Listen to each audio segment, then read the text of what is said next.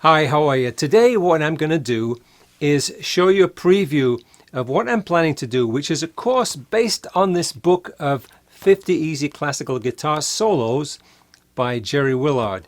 And the purpose of this is to show the technique that's required or that should be understood when you go through this book.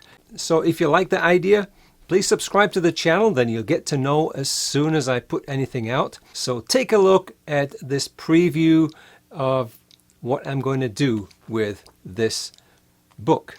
Hi, I'm John Chamley, and although I've played many styles of guitar, I've actually had probably about 7 years of classical guitar lessons, so I know a little bit about the style. And interestingly, whenever I practice, if I go back to classical, that's when I get the most out of my practices. So what I'd like to do today is start to share something, and I want to use this book.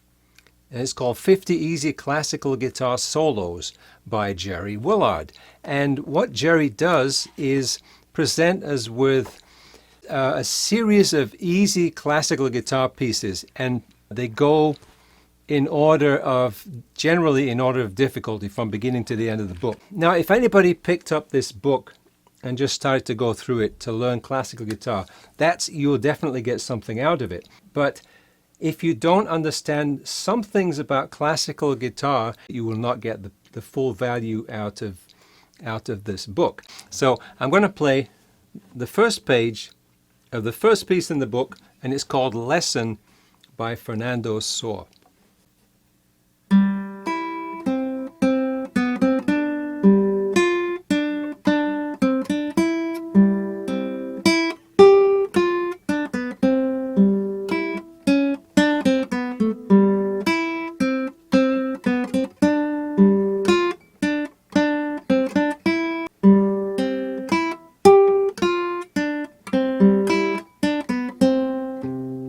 So if you take a look at the very first measure, you've got 3 notes, and it's an open G, an open E, and a C on the first fret of the second string.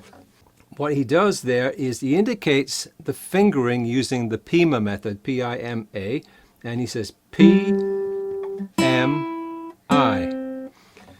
which is fair enough. Now, if you're not familiar with how classical guitar goes, then you may just play it like this and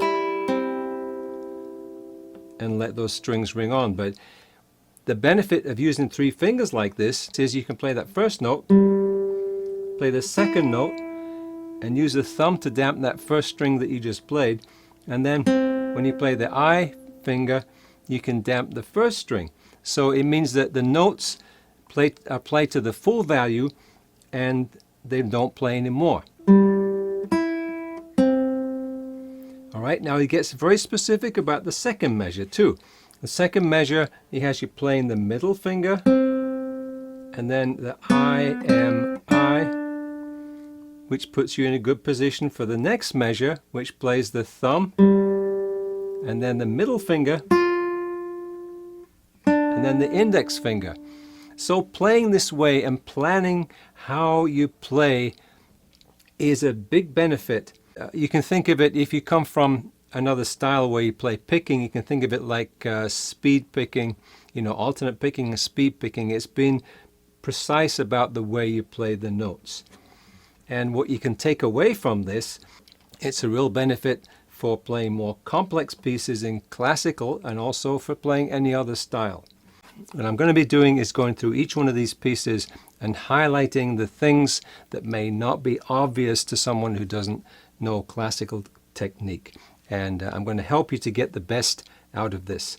So if you're interested, then come along with me on the journey and I'll show you everything that you need to know about how to play the pieces in this book. Alright, so I hope you find that interesting. Let me know below, and remember, stay tuned and look forward to seeing you soon.